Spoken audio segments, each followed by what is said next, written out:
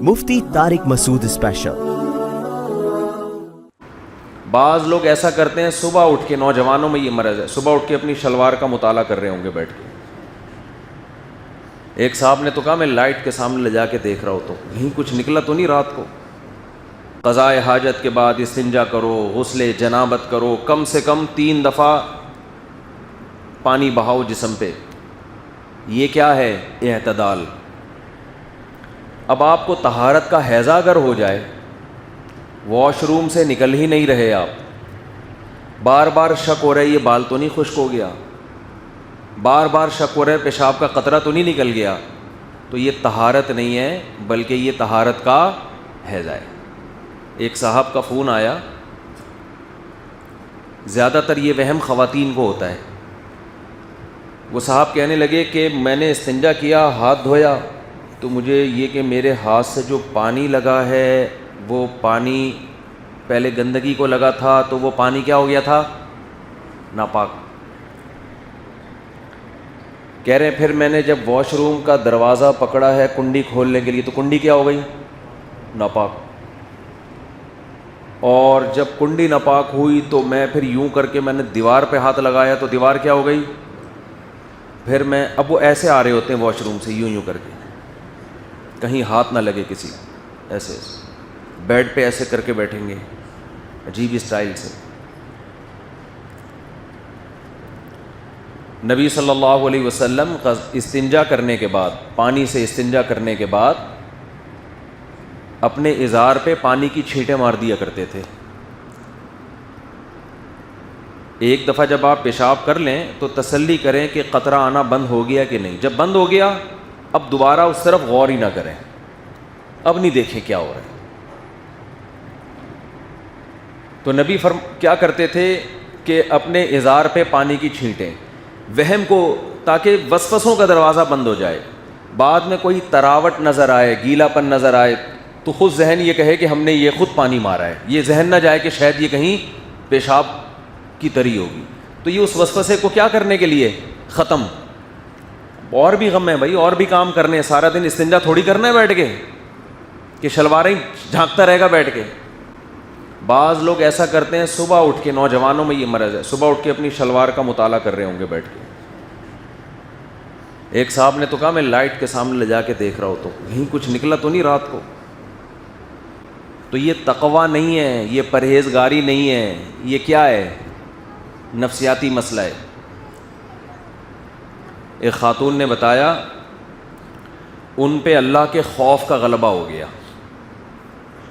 اچھا، ڈاکٹر اسرار صاحب کے بعض بیانات بہت کڑک ہیں نا، وہ بڑے گرجدار اور کڑک انداز میں جہنم سے اتنا ڈرایا، وہ ڈاکٹر اسرار کے بیان سنتی تھی وہ ڈری گئیں، ایسا ڈری ہیں کہ ان کی راتوں کی نیندیں اڑ گئیں۔ تو مجھ سے پوچھا مسئلہ انہوں نے کہ یہ شرعن کیسا ہے، یہ میرے میاں میں یہ گڑبڑ تو فلانے میں نے کہا بھائی پورے محلے کی ذمہ داری آپ کی نہیں ہے، میاں میں کوئی گڑبڑ ہے تو میاں کو چھوڑ دیں اپنے حال، نہیں قیامت میں مجھ سے سوال ہوگا۔ تو وہ بیان کا اثر الٹا ہو گیا۔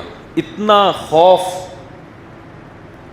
ایسا خوف جو آپ کو عمل سے روک دے، وہ خوف شریعت میں مقصود نہیں ہے۔ اللہ جو آپ کو جہنم سے ڈراتے ہیں وہ اس لیے نہیں کہ آپ ڈر کے کمزور ہو کے عمل ہی چھوڑ دیں، وہ اس لیے ڈراتے ہیں تاکہ آپ عمل پہ موٹیویشن ملے، آپ کو، آپ عمل پہ آئیں۔ خوف ہی اتنا مسلط ہو گیا کہ بجائے عمل کرنے کے بدعملی کی طرف جا رہا ہے انسان۔ تو یہ خوف اعتدال سے بڑھا ہوا خوف ہے۔ تو ہر چیز میں اسلام نے کس بات کا حکم دیا ہے؟ اعتدال کا۔ اور سن لیں تھوڑی سی 2-4 مثالیں، تاکہ یہ مثالیں خود بھی تو مقصود ہیں نا۔ ماں باپ کی فرما برداری کا اسلام نے حکم دیا، والدین سے بڑا حق کسی کا نہیں ہے،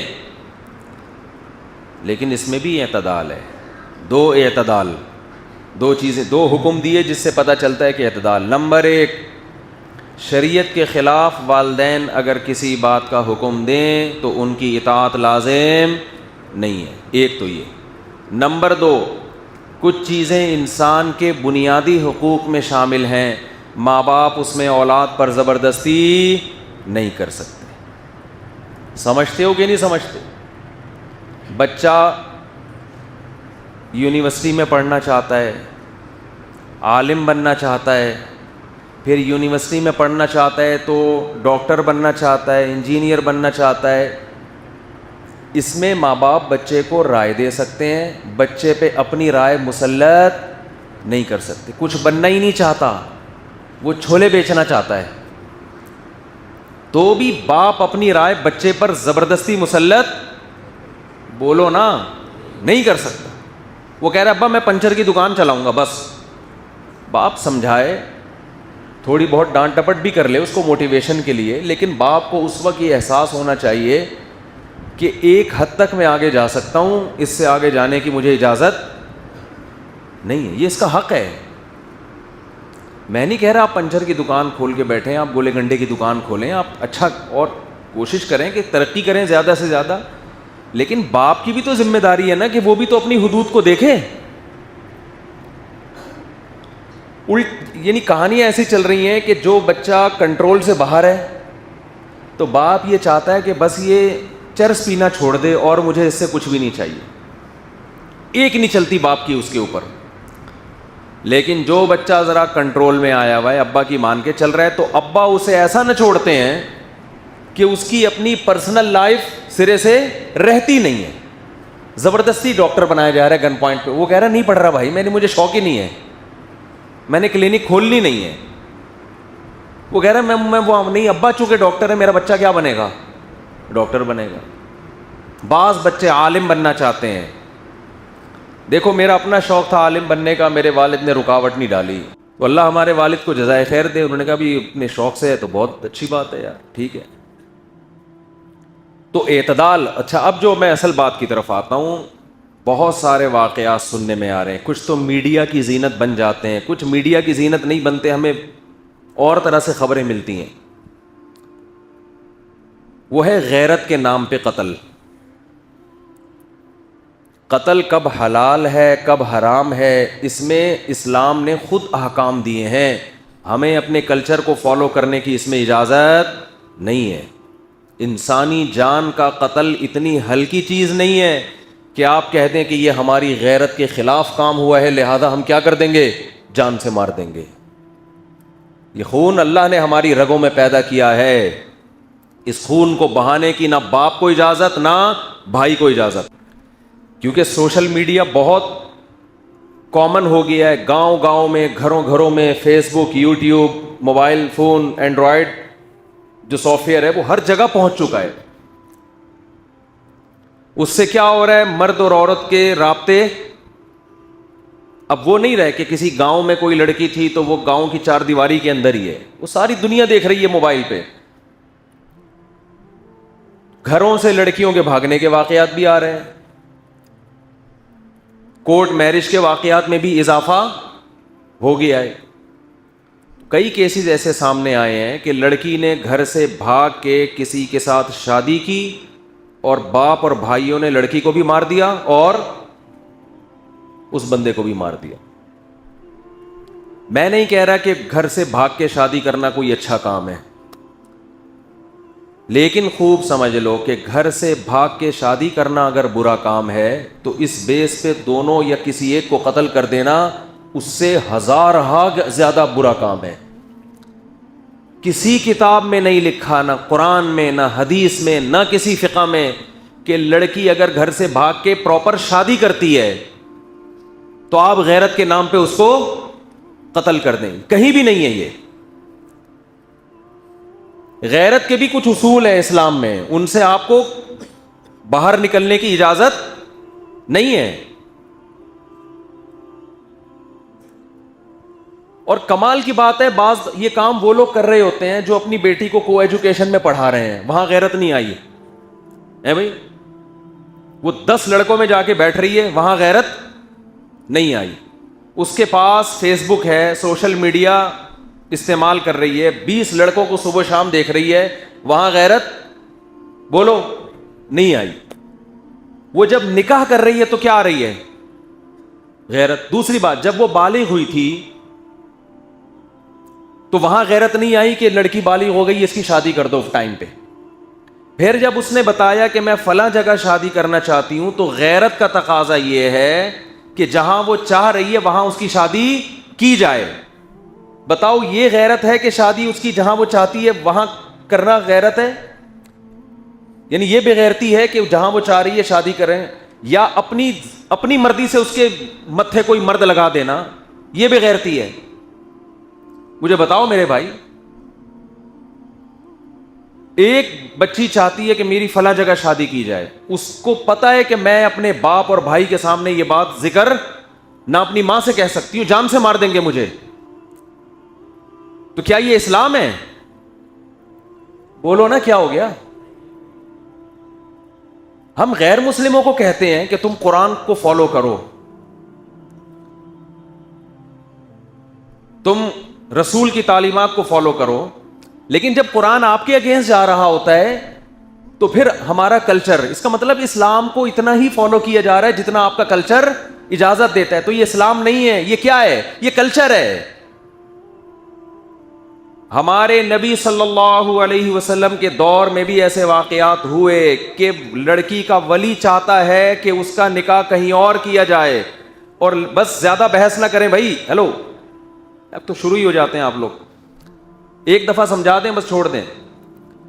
لڑکی کا ولی چاہتا تھا کہ اس کا نکاح کہیں اور ہو, اور لڑکی چاہتی ہے اس کا نکاح بولیں کہیں اور. ایسے کیس ہمارے نبی کی مجلس میں آئے ہیں, صحیح حدیث ہیں. ہمارے نبی نے تو لڑکی کو یہ نہیں کہا کہ یہ تو غیرت کے خلاف کام کر رہی ہے, یہ کیوں کہہ رہی ہے مجھے فلاں جگہ شادی کرنی ہے. بھائی محمد صلی اللہ علیہ وسلم سے زیادہ کوئی غیرت مند ہو سکتا ہے؟ تو آپ کو تو غضبناک معاذ اللہ ہو جانا چاہیے تھا کہ ایک لڑکی, ایک نوعمر بچی تھی, اس نے یہ بولا کیوں کہ میں وہاں نکاح کرنا چاہتی ہوں؟ یہ بولا کیوں اس نے؟ یہ اپنی ماں سے یہ کیوں ذکر کیا اس نے؟ نہ تو نبی نے اس کو غیرت کے طعنے دیے, نہ نبی صلی اللہ علیہ وسلم نے اس لڑکی کے ولی کو یہ کہا کہ تم گن پوائنٹ پہ اس کی وہاں شادی کراؤ جہاں تم چاہتے ہو, اس کی مرضی کی پرواہ نہ کرو. بلکہ بالکل ہمارے معاشرے کے الٹ کام ہوا ہے کہ بچی چاہتی تھی کسی غریب صحابی سے نکاح کروں میں, اس کے ولی چاہتے تھے مالدار صحابی سے, اور مالدار صحابی مغیرہ ابن شعبہ. حضرت مغیرہ ابن شعبہ فرماتے ہیں کہ مجھے وہ لڑکی, وہ بچی تو نہیں یعنی ان کی بیوی تھی نا, نوعمر تھی, مجھے وہ مل چکی تھی, مگر نبی صلی اللہ علیہ وسلم نے جب دیکھا کہ بچی کہیں اور نکاح کرنا چاہتی ہے, مجھ سے چھین کے اس کے حوالے کی گئی جس سے وہ نکاح کرنا چاہتی تھی.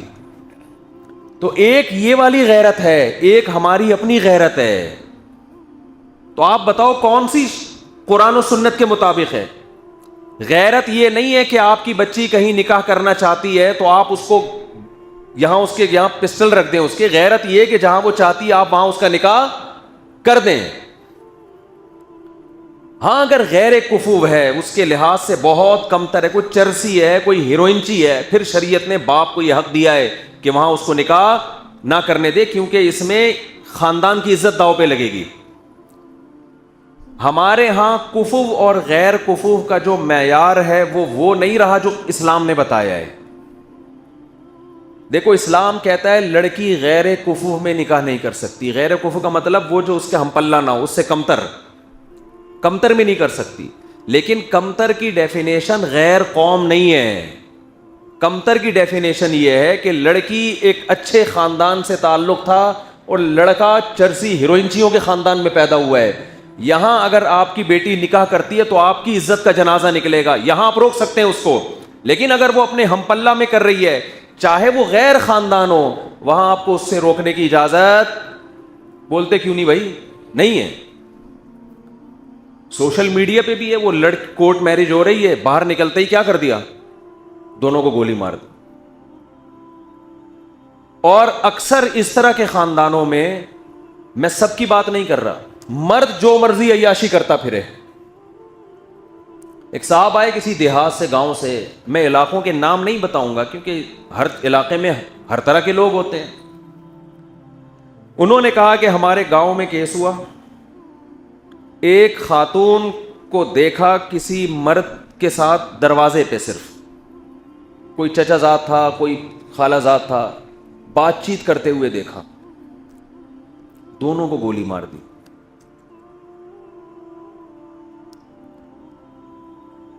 بھائی میں نہیں کہہ رہا کسی غیر مرد کے ساتھ وہ دروازے پہ کھڑی بات کر کے کوئی اچھا کام کر رہی تھی, لیکن اس کی 10 توجیحات بھی تو ہو سکتی ہیں. آپ اسے پوچھو تو صحیح کیا مسئلہ ہے. زیادہ زیادہ جو برائی ہوگی وہ یہ ہوگی کہ دونوں کے آپس میں کوئی ریلیشن بن رہا ہے. تو جو ریلیشن بننے والا ہو تو اس کا اسلام نے حل کیا بتایا ہے؟ بولتے کیوں نہیں؟ دروازے پہ جب دیکھا تو اس کو بٹھاؤ, لڑکے کو, بھی کیا مسئلہ ہے, نکاح کرنا چاہتے ہو ٹھیک ہے, اپنے ماں باپ کو بھیجو, آئندہ آپ کو اس طرح سے ملاقات کی اجازت نہیں. لڑکی سے پوچھو کیا مسئلہ ہے, بھائی میں اس سے شادی کرنا چاہتی ہوں, کوئی بات نہیں. نبی صلی اللہ علیہ وسلم کی حدیث, لن ترى للمتحابین مثل النکاح, دو محبت کرنے والوں میں نکاح سے بہتر کوئی چیز نہیں.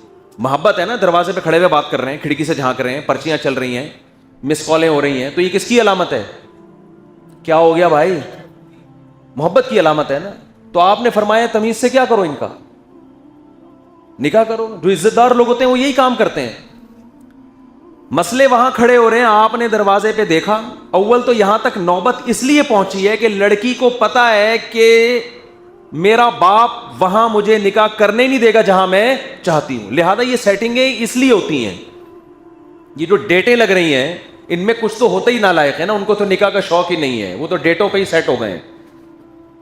کچھ لوگ ایسے ہیں جن کی سیٹنگ کس پہ ہو گئی ہے, وہ ڈیٹوں پہ سیٹ ہو گئے ہیں. اسلام یہ کہتا ہے کہ جب آپ کو یہ شبہ ہے کہ آپ کی بیٹی, آپ کی بہن کہیں کسی کو لائک کرتی ہے, تو اسلام یہ نہیں کہہ رہا کہ اس کو کیا کرو, آپ اس رشتے کو توڑو. اسلام کہتے ہیں اس کو کس میں بدلو, حلال میں. ایسے لوگ بھی ہمارے علم میں ہیں. اس کے بعد آپ اس کو دھمکی دے سکتے ہیں کہ بھائی ہم نکاح کر کے بھیجنا چاہتے ہیں, آپ عزت سے آؤ, بات کرو. اگر نکاح پہ ایگری نہیں ہو تو اب دوبارہ دروازے پہ نظر آئے تو بھی قتل کی اجازت, پھر بھی بولو, پھر قتل کی اجازت, قتل پھر بھی نہیں بنتا. چترول لگاؤ اس کو, آپ پکڑو اس کو. قتل کے کچھ اپنے اصول ہیں. جب تک اسلام نے بتایا ہے نا کن صورتوں میں قتل جائز ہے, کن صورتوں میں قتل حرام ہے. حضرت عثمان رضی اللہ تعالیٰ عنہ کا جب محاصرہ کیا باغیوں نے, خوارج نے, قتل کرنے کے لیے, تو حضرت عثمان نے بتایا کہ نبی نے ہمیں صرف 4 صورتوں میں قتل کی اجازت دی ہے, اس کے علاوہ کسی مسلمان کا خون بہانا حلال نہیں ہے. تو یہ پیدر پہ نا کئی واقعات سامنے آئے ہیں ایک ہی ہفتے کے اندر. دیکھو جتنا آسان بنا سکتے ہو اللہ کا واسطہ, نکاح کو اتنا آسان بناؤ جتنا. جہاں نکاح پہ پابندیاں لگیں تو یہ واقعات کم نہیں ہوں گے بلکہ اور زیادہ بڑھیں گے. اور آپ اس خوش فہمی میں مبتلا نہ رہیں کہ ہم لڑکا لڑکی کو قتل کر کے ان واقعات کو کم کر دیں گے. نا نا نا نا نا نا. مرد اور عورت کی طرف جو اللہ نے اٹریکشن رکھی ہے وہ اتنی شدید رکھی ہے کہ اگر یہ واقعات زیادہ ہوئے تو اس سے بغاوت بڑھے گی, بغاوت کم نہیں ہوگی. یہ ایسے جیسے بھوکوں سے روٹی چھیننا شروع کر دو. آپ مجھے بتاؤ, ایک آدمی سے روٹی چھینو آپ اور بولو کھائے گا تو جان سے مار دوں گا, میں تجھے قتل کر دوں گا, تو آپ کا کیا خیال ہے, وہ رک جائے گا؟ تو بھوک تو تڑپاتی رہے گی, اس کو مسلسل تڑپائے گی. وہ اپنی جان کو داؤ پہ لگا کے روٹی کے پیچھے بھاگے گا. وہ جان کو داؤ پہ لگا کے بھاگے گا. اپنی غیرت کو ایک حد میں لانے کی ضرورت ہے. جی بھائی ویڈیو نہ بنائے اوپر, ایک دفعہ منع کر دیا, 2 دفعہ, کئی بار منع کی, یہاں لکھ کے لگا دیں. پورا بیان جو ہے نا وہ سارا وہ اس کی سیٹنگ آؤٹ ہو جاتی ہے. یہاں لکھ کے لگا دو بڑا بڑا نا, اور اس کے نیچے یہ بھی لگا دیں کہ دوبارہ کسی کو دیکھا تو اس کے خلاف کارروائی ہوگی, قانونی ہوگی یا غیر قانونی یہ لکھو ہی نہیں, بس کارروائی ہوگی. وہ ڈر جائے گا پتہ نہیں کون سی کارروائی ہوگی. تو جگہ جگہ لکھا ہوتا ہے نا, خبردار کیمرے کی آنکھ آپ کو دیکھ رہی ہے, حالانکہ فیک کیمرے لگے ہوئے ہوتے ہیں, اسی سے چور ڈر رہا ہوتا ہے. یہاں فیک نہیں لگے ہوئے, یہ سچی مچی کے لگے ہوئے ہیں کیمرے.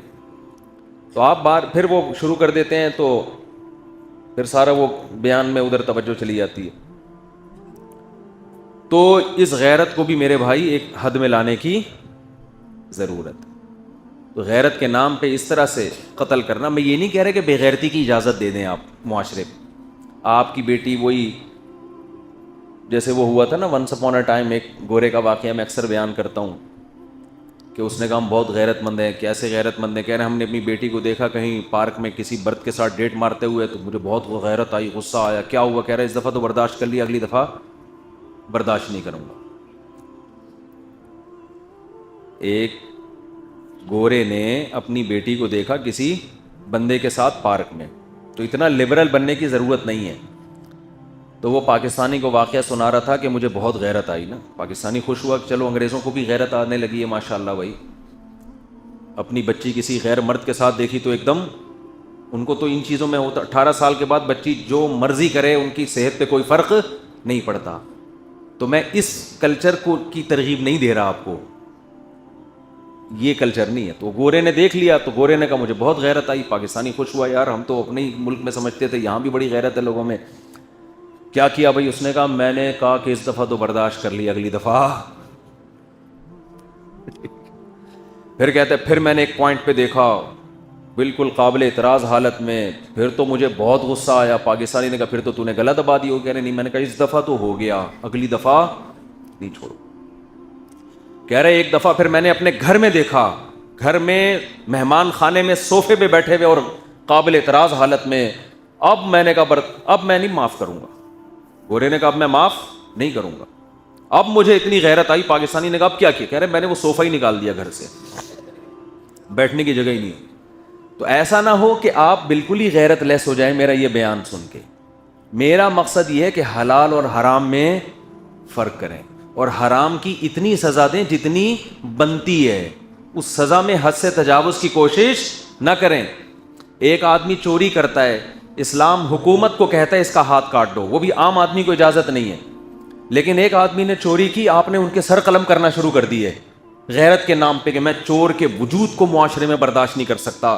تو بھائی یہ غیرت حد سے بڑی ہوئی ہے. چور کو گردن اڑانے کی اجازت نہیں ہے چور کی. ایک آدمی زنا کرتا ہے، 4 گواہوں سے ثابت ہو گیا زنا کیا ہے، تو اسلام یہ کہتا ہے کہ گورنمنٹ کے ذمے ہے کہ جب 4 گواہوں سے ثابت ہو جائے، اگر یہ شادی شدہ ہے تو اس کو رجم کیا جائے، کنوارا ہے تو اس کو 100 کوڑے چوک پہ لگائے جائیں. لیکن آپ نے دیکھا کسی شخص کو زنا کیا، اس نے، آپ نے پکڑ کے اس کا سر قلم کر دیا. اب علماء آپ سے پوچھ رہے ہیں بھائی یہ کس بیس پہ تم نے سر قلم؟ آپ نے کہا میں معاشرے سے زنا کو ختم کرنا چاہتا ہوں.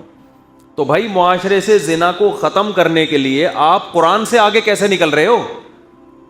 قرآن کہہ رہے 100 کوڑے بنتے ہیں، وہ بھی آپ نہیں بلکہ گورنمنٹ. آپ اتنا کر سکتے ہیں کہ آپ کی اولاد نے یہ کام کیا تو تھپڑ لگائیں اس کو، آپ چترول لگائیں آپ اس کو، جو آپ کے ماتحت ہیں ان کی تربیت کے لیے، ٹریننگ کے لیے. آپ نے کیا کر دیا؟ آپ نے اپنے بیٹے کو دیکھا کہیں، کمارے بیٹے کو، خدا نہ خواستہ کسی برائی میں، آپ نے پکڑ کے اس کی گردن اڑا دی یا اس کی گولی سے اس کی بھیجا باہر نکال دیا. اب لوگ آپ سے پوچھ رہے ہیں بھائی تو نے اپنے بیٹے کو کیوں قتل کیا؟ آپ نے کہا یہ زنا کر رہا تھا. تو علماء کہیں گے نا اس نے زنا کر کے جرم کیا، تم نے انسانی جان کو قتل کر کے اس سے بڑا جرم کیا، کیونکہ قتل تو زنا سے بھی بڑھ کر ہے. قتل کے بارے میں تو قرآن کہتا ہے وَمَن يَقْتُلْ مُؤْمِنًا مُتَعَمِّدًا فَجَزَاؤُهُ جَهَنَّمُ، جو کسی مسلمان کو جان کر قتل کرے گا اس کی سزا کیا ہے؟ جہنم کی آگ ہے. اس پر اللہ کا غضب ہوگا، اس پر اللہ کی لعنت ہوگی اور ہمیشہ اس جہنم میں جلتا رہے گا. وہ اتنا بڑا جرم. تو یاد رکھو جو باپ اپنی بیٹی کو غیرت کے نام پہ نکاح کی وجہ سے قتل کرے گا کہ میری مرضی کے بغیر اس نے شادی کیوں کی، اس قتل پہ باپ کے لیے وہی سزا ہے جو سزا اللہ نے عام قاتلوں کے لیے رکھی ہے، بلکہ باپ کو سزا دگنی ملے گی، اس لیے کہ باپ بیٹی کا محافظ ہوتا ہے، بیٹی کا قاتل نہیں ہوتا. بھائی بہنوں کے محافظ ہوتے ہیں، بیٹی بہنوں کے قاتل نہیں ہوتے. تو آپ اپنی عورتوں کو گھر کی 4 دیواری دو، بالغ ہو جائیں تو ان کا نکاح کا انتظام خود کرو، اور اس نکاح میں ان کی مرضی کے خلاف مت چلو.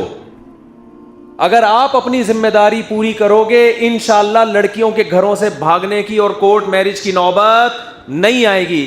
لڑکی 25 سال کی ہو گئی، 30 سال کی ہو گئی، باپ اپنی ذمہ داری پوری نہیں کر رہا یا باپ غلط جگہ شادی کر رہا ہے، وہ اپنے خاندان کو اس نے مسلط کیا ہوا ہے، وہ پیسوں کی لالچ ہے اس میں، تو پھر میرے بھائی لڑکیاں گھروں سے بھاگیں گی. اس کے لیے آپ کو مینٹلی پہلے سے تیار ہونا چاہیے. ابھی میری باتیں آپ کی سمجھ میں نہیں آ رہی, لیکن اللہ نہ کرے آپ اپنی ذمہ داریاں پوری نہیں کرو گے, ایسے واقعات ہوں گے.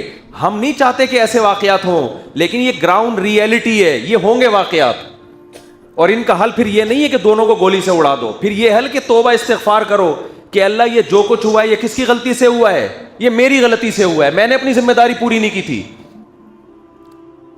آپ نے بیٹی کو یہ حق ہی نہیں دیا کہ وہ اپنی مرضی آپ کے سامنے بیان کر سکتی ہے, گھٹن کا ماحول دیا ہے آپ نے اس کو. وہ بتا باپ سے کہتے ہوئے شرماتی ہے, ماں سے کہہ دے, آپ نے یہ ماحول ہی نہیں دیا اس کو. ایک طرف ہمارے ہاں بے غیرتی ایسی ہے کہ لڑکیاں ڈیٹیں مار رہی ہیں, لڑکیاں لڑکوں سے موبائل پہ گھنٹوں گھنٹوں بات کر رہی ہیں, یونیورسٹی میں جوان پروفیسر ان کو پڑھا رہے ہیں. ہے بھائی, اس پہ کچھ بھی نہیں ہوتا, یہ سب قابل قبول ہے. دوسری طرف غیرت یہاں ہے کہ لڑکی نے اگر کہہ دیا کہ مجھے اس سے شادی کرنی ہے, باپ کا میٹر ایک دم شارٹ.